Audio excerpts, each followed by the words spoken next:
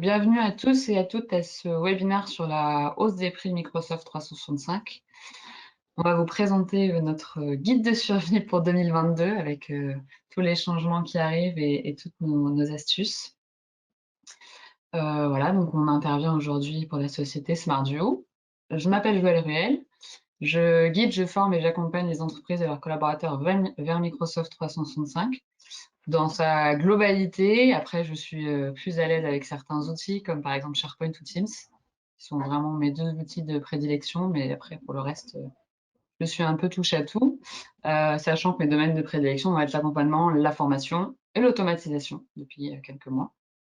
Et je laisse la parole à Damien, du coup, pour se présenter. Oui, bonjour à tous. Donc, je suis Damien Sel et donc, comme Joël, je travaille chez SmartView et j'interviens sur divers sujets autour de Microsoft 365, autour de SharePoint, Teams, la Power Platform, un peu de change, un peu de technique aussi. Voilà. Bon, du coup, je vais me présenter aussi, puisque tout le monde me voit à la caméra. Jean-Christophe Denis, moi j'ai rejoint la force commerciale de SmartView il y a quelques temps, et du coup, j'accompagne l'action de Joël et Damien sur ce périmètre. Voilà. Et ravi de tous vous avoir avec nous. Au programme aujourd'hui, du coup, on va voir dans un premier temps le détail des annonces. Microsoft a fait quand même pas mal d'annonces sur plusieurs mois, donc c'est pas toujours évident de s'y retrouver. On a essayé de compiler ça pour vous. On va voir ensuite ce que ça change, donc des cas concrets, et on vous a listé ce qui nous paraissait important à retenir. Ensuite, Damien vous présentera les solutions d'optimisation qu'on a identifiées côté SmartView, et puis on passera à une partie questions-réponses pour toutes vos questions. Alors, sachant que les questions, vous pouvez bien sûr nous les poser au fur et à mesure, hein, puisqu'en général, c'est quand on présente quelque chose que les questions viennent au fil de l'eau. Donc, n'hésitez pas soit à utiliser le chat, dans ce cas-là, ça sera visible par tout le monde, soit à utiliser la partie questions pour nous poser vos questions si vous avez des questions plus spécifiques. Et on pourra bien sûr faire un point en particulier avec chaque personne qui peut être intéressée. On vous transférera après ce webinaire, du coup, les diapos, les slides de présentation, et dedans, vous avez sur la partie présentation de l'équipe, donc de Damien et moi-même, des liens vers nos bookings qui vous permettent de réserver directement des créneaux avec nous pour qu'on puisse discuter éventuellement de vos besoins en licence et de votre optimisation. Du coup, le NCE. Le NCE, c'est un grand sujet. Donc, le NCE, ça signifie New Commerce Experience. Ça a été annoncé par Microsoft en 2021. Les annonces ont commencé en août, plus précisément. Et la timeline, c'est que ça a été annoncé pour 2022. Qu'est-ce que ça va impliquer au niveau des grandes annonces? Donc, il y a des modifications des conditions et des modes d'engagement. On va les détailler ensemble. Il va y avoir une hausse des tarifs pour certains abonnements, pas pour tous les abonnements, heureusement, mais ça concerne quand même un certain nombre d'abonnements. Cette hausse des tarifs va de 8 à 20%. Et enfin, il y a quand même, petit côté positif, une mise à disposition de nouvelles fonctionnalités pour certains abonnements. En sachant que donc la date de début de la mise en place du NCE a été mise en mois de mars, précisément au 10 mars. En amont, il y a des promotions dont on va vous parler aujourd'hui, et des annonces et des changements sont encore à venir normalement. Donc Microsoft nous donne des informations au fil de l'eau. Donc il y a certaines choses pour lesquelles on n'aura pas forcément toutes les réponses aujourd'hui. On suit ces mises à jour d'informations de manière très attentive, et bien sûr, l'idée c'est de vous partager toutes les nouvelles informations qu'on pourra avoir au fur et à mesure. On va donc voir les différents modes d'engagement qui sont arrivés avec le NCE ou qui vont arriver, parce qu'il y en a certains qui sont encore disponibles. Donc avant, au niveau de l'engagement, c'était plutôt mensuel ou annuel. Il y a le triannuel qui va venir se rajouter, en sachant que donc, pour ces modes d'engagement, à chaque fois, vous avez soit des conditions spécifiques, soit des conditions qui sont partagées. Donc pour le mode d'engagement mensuel, vous pourrez augmenter votre volume d'abonnement à tout moment. Il n'y a pas de souci. Si vous avez besoin de 10 licences supplémentaires, par exemple sur du business basique, aucun problème. À n'importe quel moment de votre engagement, vous pouvez ajouter ces licences-là. Tout ce qui est ajout, évidemment, c'est toujours ouvert. Vous avez toujours la possibilité d'ajouter, d'acheter plus de volume. Au niveau du coup du mode d'engagement mensuel, la diminution du volume d'un abonnement ne sera possible que tous les mois, évidemment. Donc, c'est-à-dire que pour tous les modes d'engagement, vous ne pourrez diminuer votre volume de licence qu'à date d'anniversaire. Donc pour le mensuel, tous les mois, vous avez la possibilité de diminuer votre volume de licence. Vous avez la possibilité, quand vous êtes en mode d'engagement mensuel, de résilier quand vous le souhaitez. C'est-à-dire que vous pouvez commencer votre abonnement au 5 du mois et puis dire le 10, par exemple, ah ben en fait, non, finalement, j'en ai pas besoin, je résilie. Pas de souci, vous pouvez le faire. Par contre, le mois est dû. Donc, en fait, le mieux, c'est de résilier à date d'anniversaire. Bon, voilà, donc quand vous êtes en mensuel, vous résiliez quand vous voulez. Par contre, le coup de massue, entre guillemets, ce qui est un peu plus dur à avaler, c'est qu'il va y avoir une augmentation d'environ 20% sur les nouveaux tarifs. Donc, si vous décidez de passer en mode d'engagement mensuel, vous allez prendre les tarifs actuels de vos licences, si elles ne sont pas concernées par l'autre annonce qui est la hausse des prix. Donc, vous allez prendre les tarifs actuels de vos licences et quoi qu'il arrive, vous allez leur ajouter 20%. Donc ça, c'est entre guillemets le prix à payer pour passer en mode d'engagement mensuel et avoir une certaine flexibilité dans tout ce qui est diminution du volume d'un abonnement. Au niveau du mode d'engagement annuel, vous pouvez, comme pour le mensuel, augmenter votre volume d'abonnement, de licence à tout moment. Pas de souci, on peut toujours acheter, on peut toujours rajouter, il n'y a pas de problème. Par contre, vous pouvez diminuer votre volume de licence, votre volume d'un abonnement uniquement à date d'anniversaire. Donc, c'est-à-dire 1 an pile poil après votre premier achat d'une licence. En termes plus concrets, comment ça se passe? Si aujourd'hui, donc le 27/01, j'achète 10 licences Business Basic. Un mois plus tard, le 27/02, je rajoute 10 licences Business Basic. Si je suis en mode d'engagement annuel, je ne pourrai diminuer mon volume de licences Business Basic que le 27 janvier 2023. Donc, c'est votre première date d'achat pour cet abonnement en particulier qui compte comme date d'anniversaire. Après, évidemment, tout au long de l'engagement, vous pouvez rajouter des licences, mais vous ne pourrez en supprimer que 1 an après votre première date d'achat pour un abonnement en particulier. Évidemment, c'est quelque chose qu'il faut un peu anticiper. Donc, en général, 1 mois avant votre date d'anniversaire, vous allez être contacté par votre fournisseur de licence qui va dire, voilà, qu'est-ce qu'on fait dans 1 mois? Est-ce qu'on renouvelle le volume complet ou est-ce qu'on diminue? L'idée, c'est d'anticiper pour ne pas se retrouver du jour au lendemain à devoir vite faire les choses. Le paiement se fait en une fois quand vous êtes en mode d'engagement annuel. Du coup, au début de l'abonnement, quand vous prenez votre abonnement, vous payez pour l'année. Et par contre, un avantage, c'est que votre prix va être bloqué pendant 1 an. C'est-à-dire qu'on va en parler après, la Microsoft fait une hausse des prix pour certains abonnements et une hausse des prix du coup pour les engagements mensuels. Par contre, rien ne nous dit que dans 1 an ou dans 6 mois, ils ne vont pas réaugmenter les prix. On n'a aucune garantie. En tout cas, ils ne nous en ont pas donné. Ça aurait été bien plus facile, mais ce n'est pas le cas. Donc là, si vous partez sur un engagement annuel, votre prix est bloqué pendant 1 an. Donc pendant 1 an, vous avez garanti que le prix de votre licence n'augmentera pas. Ce qui est quand même une assez bonne sécurité. Il y a un troisième mode d'engagement qui va être disponible, qui ne l'est pas encore, qui est l'engagement triannuel. Donc l'engagement triannuel, au niveau des annonces, on nous a dit qu'il serait disponible vers le mois d'avril. Pour l'engagement triannuel, donc vous pourrez augmenter votre volume de licence à tout moment. C'est le cas pour tous les modes d'engagement, il n'y a pas de souci, vous pouvez toujours ajouter des licences. Par contre, la diminution se fera uniquement à date d'anniversaire, donc au terme des 3 ans, ce qui fait quand même une durée assez longue. Donc, si vous partez sur du triannuel, il faut que vous soyez certain du volume de licence dont vous allez avoir besoin avec ce mode d'engagement, à minima, évidemment. Le paiement est annuel, par contre, donc vous payez tous les ans votre volume de licence à début d'année. Et l'avantage, c'est que vous allez avoir un prix bloqué par abonnement pendant 3 ans. Donc là, pour le coup, si Microsoft décide à partir de maintenant, on n'espère pas, mais on n'en sait rien, si Microsoft décide à partir de maintenant d'augmenter ses prix tous les ans, si vous partez sur du triannuel, vous vous offrez une sécurité au niveau des prix des licences pendant 3 ans. Mais c'est vraiment pour les sociétés qui sont certaines du volume de licences dont elles ont besoin, parce qu'après, vous ne pouvez pas diminuer ce volume. Donc, si vous partez avec 200 licences E3 pendant 3 ans, vous avez ce volume de licence à minima. Vous pouvez en ajouter si besoin, mais vous ne pouvez pas le réduire. Voilà. Donc, c'est quelque chose qui peut être quand même assez contraignant. Et pour ces 3 modes d'engagement, il y a une nouveauté qu'on n'avait pas du tout avec le programme actuel. Donc, le programme actuel a été renommé en Legacy. Donc, avec le programme actuel, vous pouviez assez facilement changer de fournisseur de licence en cours d'engagement, puisqu'il y avait des engagements annuels ou mensuels.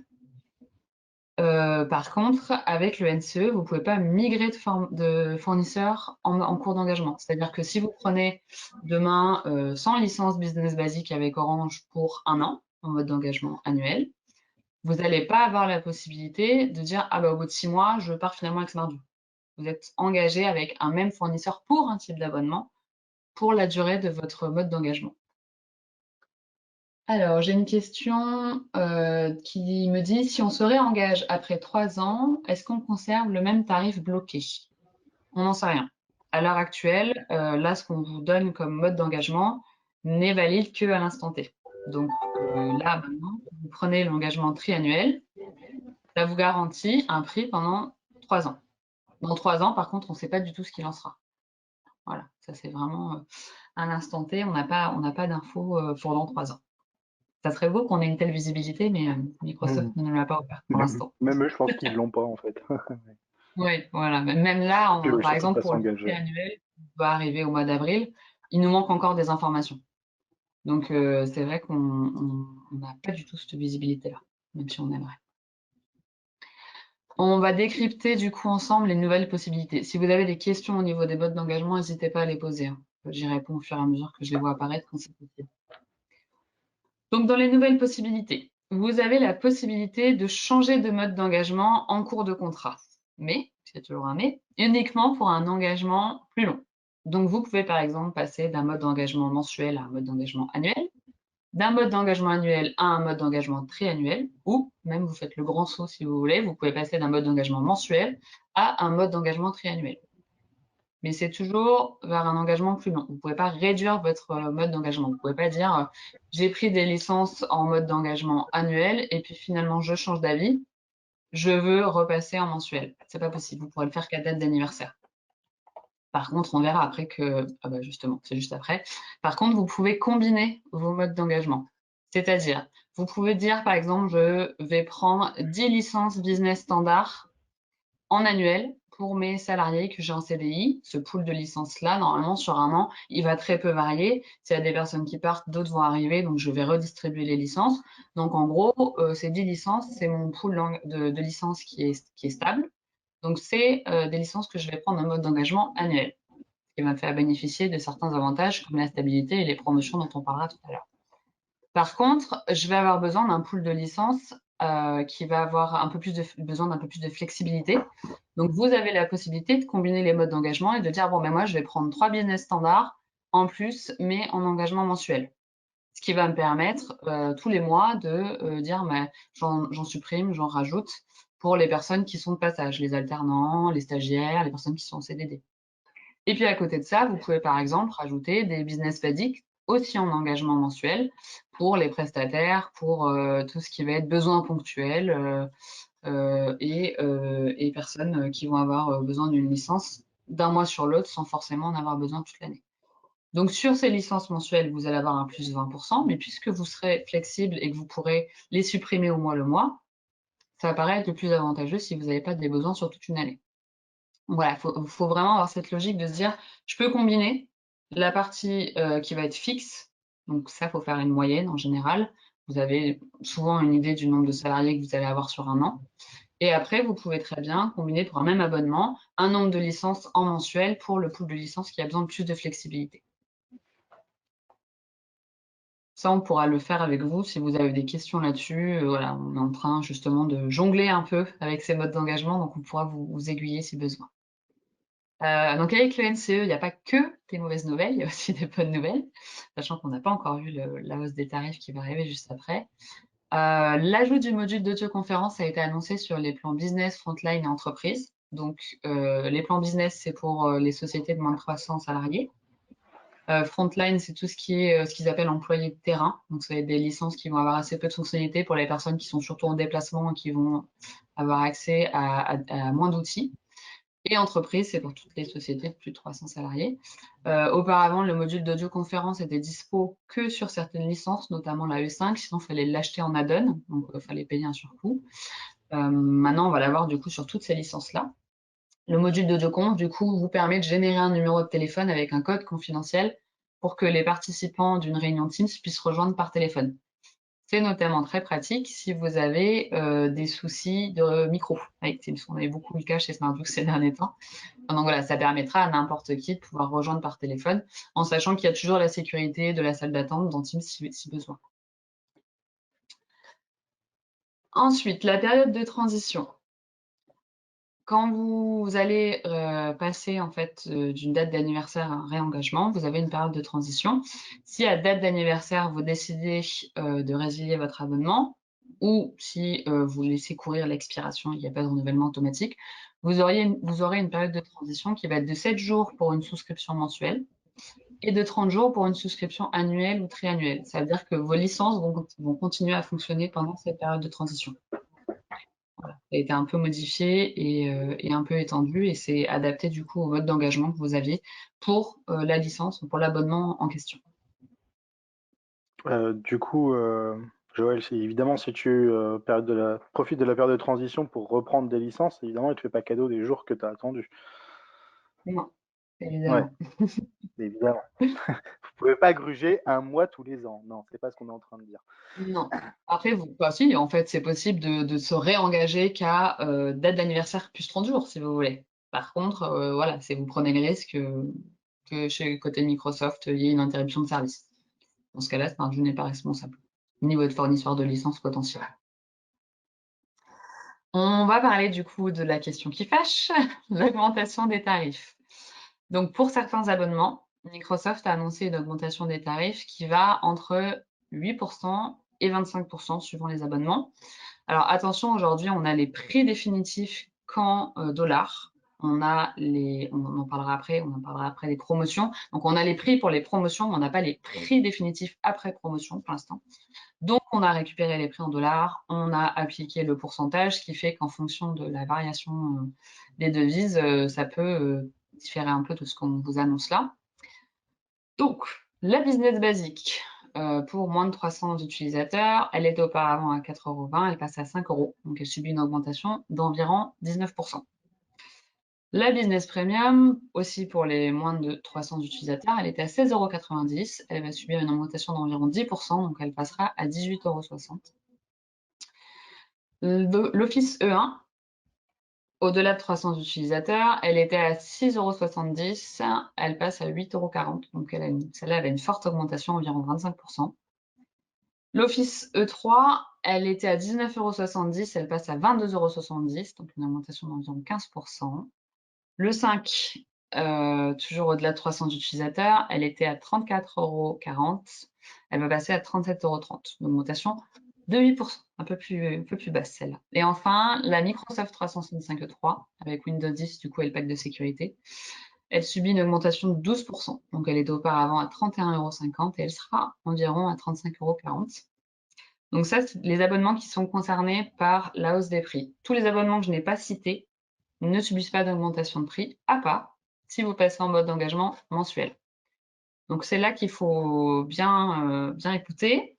Si vous décidez, donc par exemple, vous avez des business premium et vous décidez de passer en mode d'engagement mensuel, vous allez subir une augmentation des prix de 10% plus une augmentation de prix de 20%.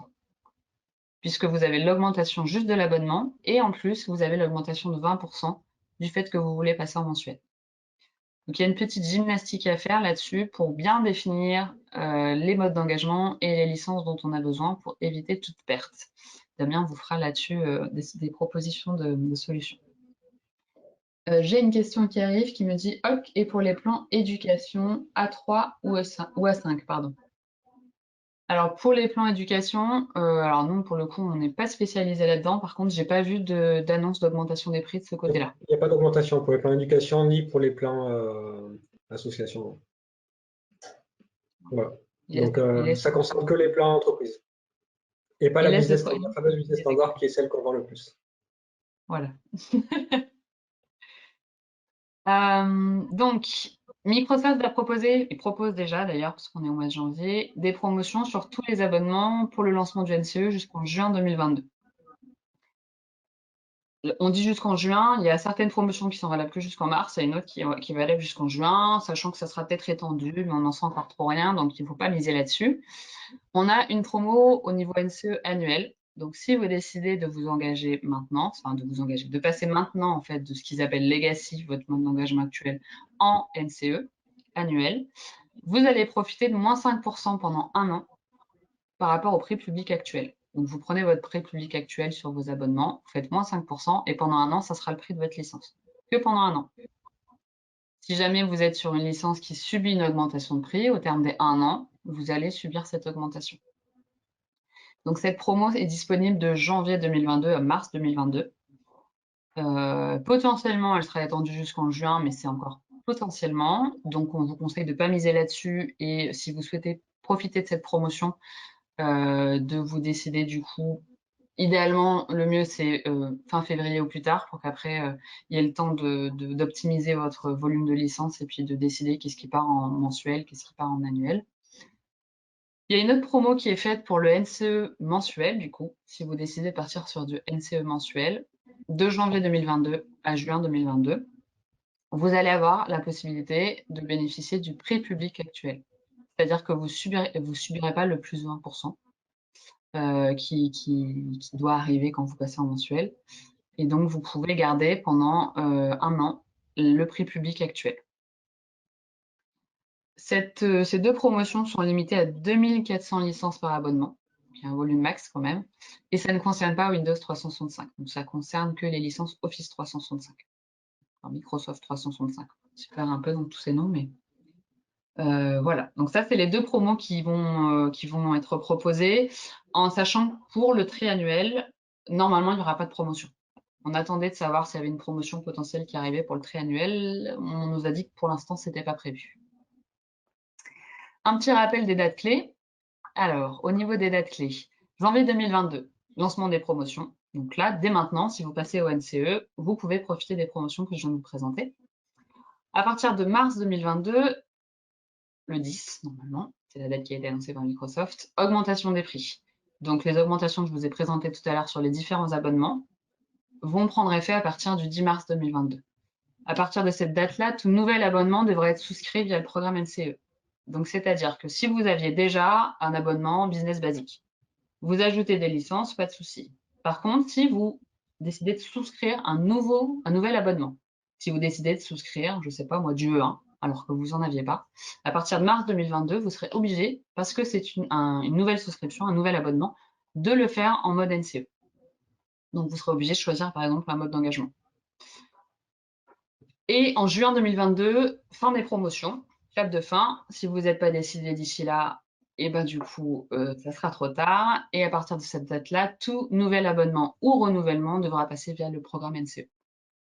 Donc, il nous laisse jusqu'à juin, de manière un peu glissante, pour que ça se fasse entre guillemets en douceur et qu'on ait le temps de réfléchir et de conseiller aussi au mieux nos clients sur les bonnes licences à prendre et les bons modes d'engagement. Ce que vous devez garder en tête. Donc, il y a quelques points qu'on vous a résumés. Au renouvellement, vous devrez choisir un ou plusieurs modes d'engagement pour vos abonnements. Parce qu'on a dit que vous pouvez mixer pour un même abonnement des engagements mensuels et annuels, ou triannuels, éventuellement. Hausse des prix à prévoir sur certains plans, ce qu'on vous a présenté plus haut. Si on ne vous les a pas présentés, pas de hausse des prix. Ajout de la fonctionnalité d'audioconférence pour la plupart des abonnements. Quelques points d'attention, pas de changement possible de fournisseur en cours d'engagement. Vous prenez un engagement. Si vous prenez un engagement triannuel, par exemple, avec un fournisseur, vous êtes, entre guillemets, bloqué avec ce fournisseur-là pour le volume de licence défini, pour l'abonnement pendant 3 ans. C'est quand même quelque chose qu'il faut prendre en compte si vous décidez de partir sur des longues périodes d'engagement. Diminution ou résiliation possible uniquement à date de fin d'engagement, mensuel, annuel ou triannuel. Et vous avez une annulation possible seulement 72 heures après achat. Vous achetez 10 licences, vous vous êtes trompé d'abonnement, vous avez 72 heures après achat pour dire « Ah non, en fait, je me rétracte, j'annule ». Voilà, ça c'est ce que vous devez garder en tête là sur les annonces qu'on a eues depuis le mois d'août. Je laisse du coup Damien vous présenter la suite au niveau solution d'optimisation et en quoi est-ce qu'on peut vous aider pour avancer au mieux vers ces nouveaux modes d'engagement et ces nouveaux prix. Ok, donc en quoi on peut vous aider, la première des choses, c'est de vous aider à bien maîtriser le timing pour bénéficier des promotions. Ça peut aussi être intéressant de rester un an de plus en legacy, c'est possible si vous êtes déjà via le programme CSP. Vous avez la possibilité, si vous avez un besoin de beaucoup de flexibilité, de rester en legacy pendant un an et ensuite, au bout d'un an, vous êtes obligé de basculer en NCE. Donc sinon, si vous n'avez pas un besoin de flexibilité fort, l'idée c'est de basculer au bon moment sur le programme NCE pour pouvoir bénéficier des promotions que vous a présentées Joël. L'idée donc c'est d'avoir un socle le plus gros possible de licence en engagement annuel et éventuellement, s'il y a des besoins de flexibilité, avoir un petit socle de licence mensuelle pour gérer des alternants, des stagiaires, des CDD, des prestataires, etc. Donc nous, en tant que fournisseur de licence, on peut vous aider dans cette démarche pour bien choisir vos volumes en engagement annuel, en engagement mensuel, ou éventuellement de repartir un an en legacy. La deuxième chose que vous pouvez faire, c'est, alors ça va ensemble, auditer votre tenante et challenger vos abonnements. La première chose, elle est super simple, c'est de contrôler que vous n'avez pas des licences aujourd'hui que vous payez et qui ne sont pas affectées à des utilisateurs. Donc si vous avez 10-20% de licences qui ne sont pas affectées, ça veut dire que c'est 10-20% de pertes sèches sur votre budget licence. Donc ça, c'est quelque chose que vous pouvez faire assez facilement. Juste un rappel, les licences, elles ne sont pas nominatives, c'est-à-dire si vous achetez 100 licences, les 100 licences ne sont pas affectées à un compte utilisateur. Donc vous pouvez les affecter, les réaffecter comme vous voulez. Voilà, et enfin, vous pouvez auditer, faire un audit un peu plus poussé. Par exemple, les licences que vous avez achetées, est-ce qu'elles sont pleinement utilisées et est-ce que les outils que vous voulez déployer, ils sont inclus dans vos licences. Et pour ça, nous, on a développé un outil qui s'appelle 365 Metrics et qui intervient sur deux volets. Un volet vraiment purement financier et optimisation des abonnements. Donc, est-ce que les abonnements que j'ai achetés, ils sont bien affectés et est-ce qu'ils sont réellement utilisés? Et donc, auquel cas, peut-être, s'ils ne sont pas réellement utilisés, peut-être on peut voir comment réduire la voilure sur ces abonnements. Et il y a un deuxième volet qui est plus un volet usage, où on va regarder au niveau sécurité, au niveau outils déployés, est-ce qu'ils sont bien utilisés, pour pouvoir éventuellement voir s'il y a des groupes qui sont un peu en avance sur d'autres, donc qui peuvent être moteurs sur certains usages, ou des groupes qui sont un peu plus à la traîne, sur lesquels il y a peut-être des actions de formation à apporter. Donc Metrics, qu'est-ce que c'est? C'est un outil qui nous permet d'auditer des plans de licence. Donc, on va faire un audit technique avec cet outil-là. Et ça va nous permettre d'identifier, ce que je disais, s'il y a des comptes qui sont pas des licences qui ne sont pas pleinement utilisées, donc des comptes fantômes, des outils non déployés ou pas utilisés. Et donc, on va mesurer votre tenant pour avoir une analyse factuelle. Et cette analyse, elle est complétée par un audit humain qui est effectué par un consultant SmartView qui va être capable d'analyser des chiffres qui sont sortis par l'outil et pouvoir vous donner des bonnes préconisations sur les actions que vous pourrez effectuer. Donc, réduire peut-être la voilure sur les licences, déployer des outils, identifier des groupes champions ou des groupes un peu à la traîne pour donner des actions de formation. Voilà, donc ce que je vous propose, c'est de faire une petite démonstration de l'outil. Hop, je vais se rafraîchir mon écran. Ouais, vous voyez bien l'écran. Oui, c'est bon. Okay. Oui. Je le mets en plein écran. Donc l'idée, c'est d'avoir une première vue assez macro où on voit quelle est la potentielle économie sur les abonnements, avec une distinction sur l'affectation et l'utilisation. Donc l'affectation, j'en ai parlé, c'est vraiment un surcoût net. On achète 100 licences et on n'en affecte que 90. Il y a 10% d'optimisation sur l'affectation. Et ensuite, l'économie sur l'utilisation, c'est est-ce que les licences que j'achète, elles sont pleinement utilisées? Donc, par exemple, j'affecte des licences business standard qui octroient la possibilité d'utiliser les outils cloud comme SharePoint, la messagerie, etc., mais aussi des installations d'Office sur le poste de travail. Si on observe que si des personnes ont des licences business standard mais n'installent pas Office, poste de travail sur leur ordinateur, c'est peut-être plus intéressant de les passer sur une licence un peu moins chère, qui est la business basique, par exemple.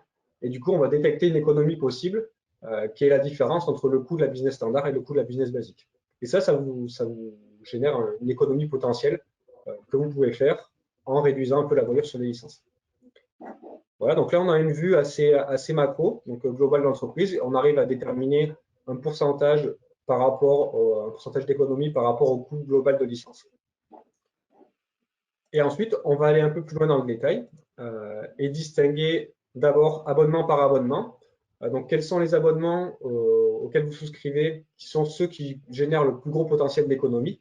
Donc là, typiquement, sur notre exemple, ben, ça va être la licence business standard, sur laquelle on a une petite économie sur l'affectation, mais on a surtout une grosse économie possible sur l'utilisation. Donc, ça veut dire typiquement, probablement qu'il y a des gens qui ont une licence business standard, mais qui n'ont pas installé le pack office. Dans ce cas-là, c'est peut-être plus intéressant soit de les passer sur une business basique, soit de s'interroger pourquoi ils n'ont pas installé le pack office et de voir les actions qu'on peut en faire.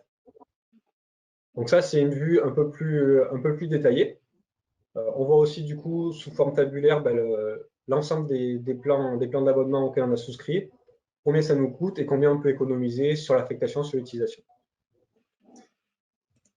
Et enfin, on a une vue encore plus détaillée qui va être une vue produit par produit. On va voir pour chaque utilisateur, en fonction de sa licence, quels sont les produits qu'il utilise et est-ce qu'il utilise régulièrement. Par exemple, on va voir ici que Alban Lafont, il utilise sa messagerie, un peu SharePoint, un peu Teams. Par contre, il n'a pas installé Office Pro Plus. Donc, c'est une question qu'on peut se poser, pourquoi il n'a pas installé Office Pro Plus. On peut voir aussi que certains utilisateurs, par exemple Anthony Lopez, lui, ne s'est pas connecté à sa messagerie et n'utilise plus SharePoint ni Teams, n'a pas utilisé SharePoint ni Teams dans les 6 derniers mois.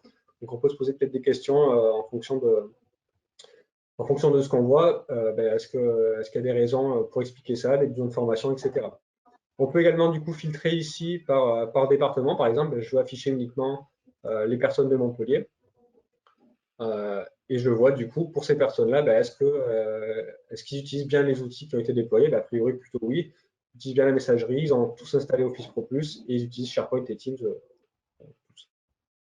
Voilà, donc ça nous permet de voir est-ce que les personnes utilisent bien les outils et en fonction, voir si on doit déployer de nouveaux outils qui sont octroyés par les licences, voir si on doit downgrader des licences, etc.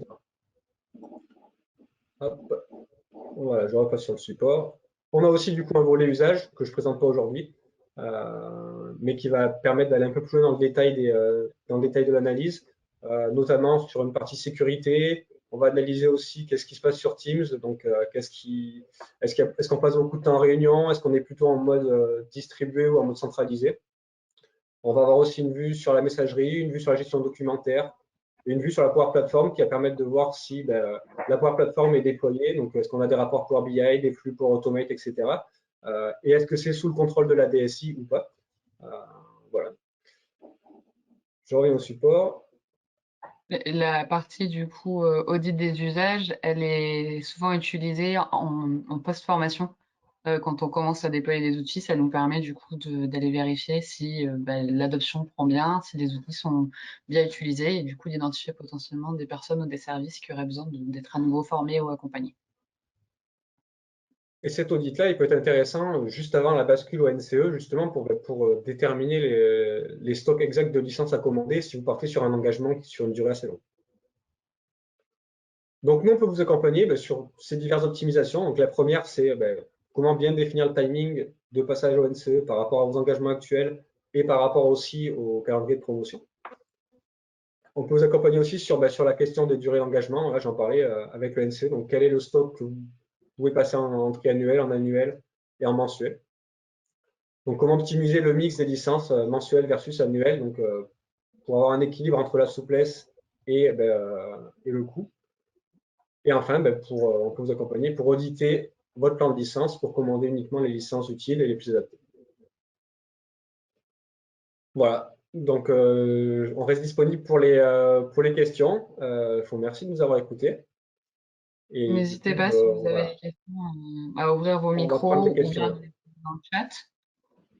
Damien a parlé brièvement du fait qu'on pouvait rester ce qu'ils appellent legacy, le mode d'engagement actuel, pardon, Le mode d'engagement actuel, vous pouvez le conserver jusqu'à votre date d'anniversaire si vous le souhaitez, pour garder du coup cette flexibilité de se dire, moi là, avec mon mode d'engagement actuel, je peux supprimer des licences quand je veux. Par contre, l'inconvénient, c'est que vous ne bénéficierez pas des promotions. Ce que vous pouvez faire aussi, ça va être de faire du mix. C'est-à-dire que vous pouvez dire, je vais garder un volume de licence en legacy, donc suivant mon mode d'engagement actuel, Et je vais passer un autre volume de licence en NCE pour profiter des promotions. Donc, il y a vraiment on a employé le terme de jongler entre les modes d'engagement. C'est vraiment ce qu'il faut faire. On peut vous accompagner là-dessus, puisqu'on a vraiment, on l'a fait pour Smartduo et on l'a fait pour certains de nos clients. Donc, n'hésitez pas, voilà, si vous avez des questions, à nous contacter. Frédéric qui demande quel est le coût de l'audit sur 365 Metrics. Alors, je peux répondre si vous voulez.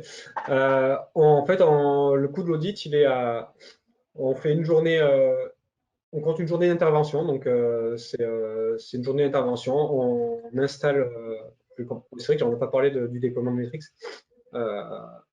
C'est une journée d'intervention et on installe, on fait une réunion au préalable pour définir, pour vous expliquer les prérequis, installer la solution. Et ensuite, on fait une restitution 10 jours après de notre analyse qu'on a avec l'outil.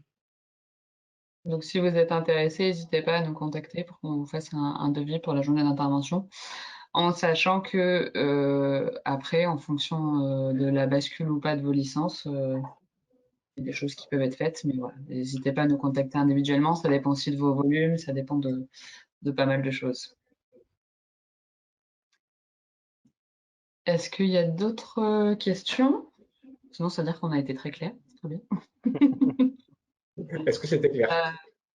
Concernant les dates d'anniversaire, parce que du coup, on a eu le cas avec nos clients. Si vous ne connaissez pas votre date d'anniversaire actuelle, parce que c'est rare quand est-ce qu'on a souscrit pour la première fois, n'hésitez pas à contacter vos fournisseurs actuels. Ils ont l'obligation de vous fournir votre date d'anniversaire. Donc, en général, ils ont une liste qu'ils peuvent vous envoyer.